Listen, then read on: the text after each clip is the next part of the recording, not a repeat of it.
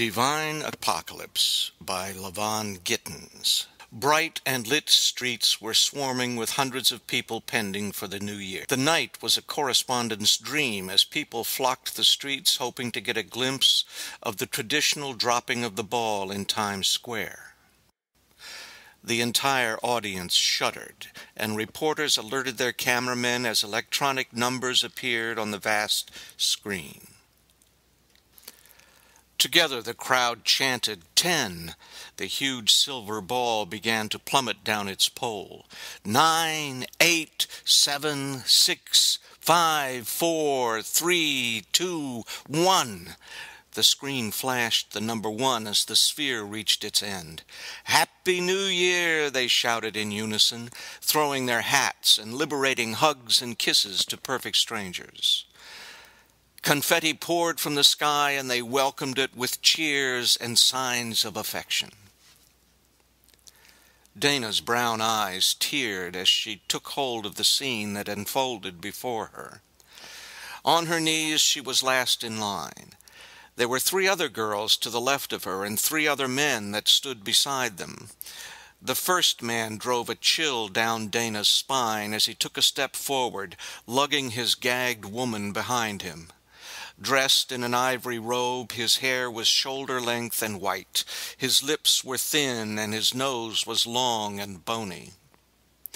The girl looked as young as Dana, just about 15, and her large blue eyes were red in strain of crying. "I am Odium. I bring a virgin from the north." Dana didn't understand a word of English, but her brown ears still listened between whimpers. Throwing her polished blonde hair backward, a spectator advanced, eyes like blue enchanted diamonds atop rosy cheeks and perfectly painted lips. She wore a pink sweater above a white shirt and a blue cardigan tied around her shoulders. Giselle shined a flawless grin as she daintily crossed the floor. Opening Odium's hand, she placed a golden cross in it, moving it upside down. "Over this death I do prophesy that families with the strongest holds shall loathe and kill one another under the sway of the horsemen of strife." With that he raised the cross high above his own head, then brought it down into the neck of the Virgin. The pain was so great she was voiceless. Dropping the girl, he opened his mouth, revealing short, sharp teeth.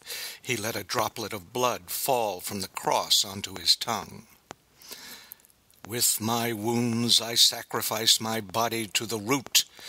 Odium ran the sharp edges of the already bloody cross on his left wrist. He passed the weapon to the fallen angel Giselle, and she passed it on to the hallowed one who licked the cross clean. Odium lifted his hood and placed his palms together before him. An image of a thick-faced demon appeared. Its skin was milk-white and bald. 2 blackened strips were strung across the cheeks of it, under gray eyes and above small pointed teeth. As the face faded, a huge bubble lined with a white light appeared before him. Out of it stepped a white horse, and on its back rested a long bow with long-stemmed arrows at its side. The man with a red hood took a step forward out of the line, lugging a Spanish woman at his side.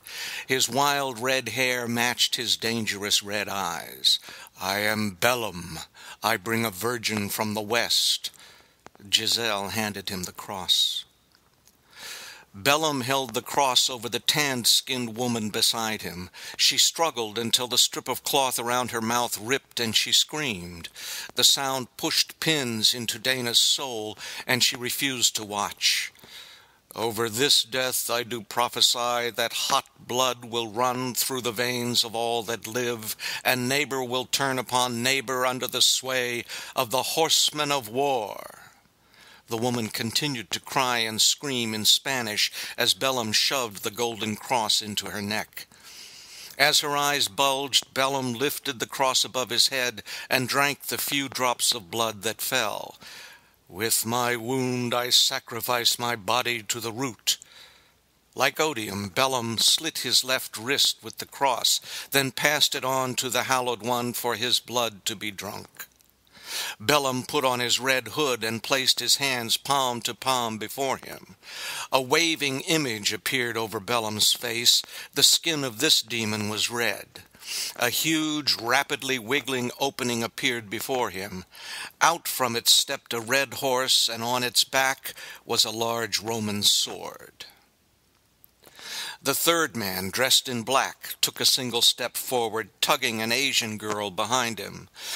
"A quart of wheat for a day's wages, and 3 quarts of barley for a day's wages, and do not damage the oil and the wine." Dana's eyes widened. She didn't understand English, but she knew he said something different from the others. Smugly the man continued, "I am Famas. I bring a virgin from the east." He was handed the cross. "Over this death I do prophesy that mothers shall smile at the deaths of their children.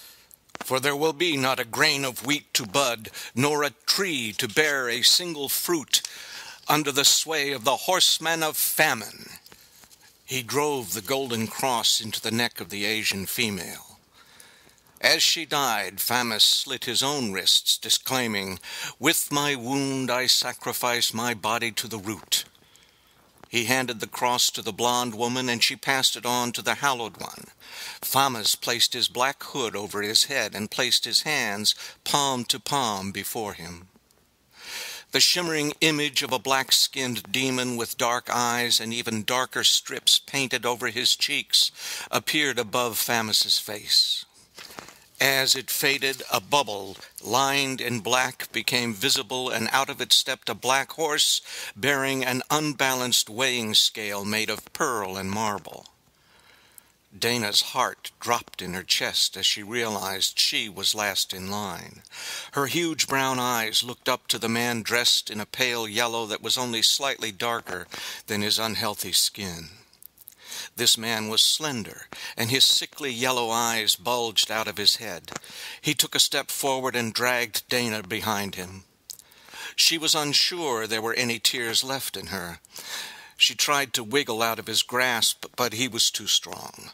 "I am Moors. I bring a virgin from the south." Dana squealed in total horror as she was past the upside-down cross. "Over this death I do prophesy that death shall be the outcome of the others. Neither man, woman, nor child, nor beast shall escape under the sway of the horsemen of death." Dana knew what came next. Her bound hands grabbed at her yellow African dress as if to distract the inevitable. She had given up all hope. She knew she was going to die. Closing her eyes, she began to recite an old prayer her mother once taught her before she felt the sharp edge of the cross jab into her neck. Her eyes dislodged and her mouth gaped open as pain trickled through her body. The corners of her eyesight began to fade as she felt her life slipping away. Moors lifted the cross and let her blood drop into his mouth. "With my wound I sacrifice my body to the root." He slit his wrists and passed on the cross. Placing the hood over his head, he moved his palms into a praying position as the image of a muscular-faced demon appeared over him. The demon's face faded, and a new bubble lined with yellow revealed itself. Out of it stepped a sickly pale horse, and on its back stood a thin and long scythe. "The positions you have just taken should not be engaged frivolously," the hallowed one spoke. "It is a vow that extends your physical existence and destruction. Your jobs must be completed, as they shall be ensured by my blessings and the celestial exalt of my touch." Each of the horsemen touched the right sides of their necks, as they could feel a hot thumb being pressed upon them, leaving the mark of a black horseshoe-like symbol tattooed forever on their necks. "May the 4 horsemen bring us through the light and into the darkness. The 2,000 years of morality has ended. Now it's our turn."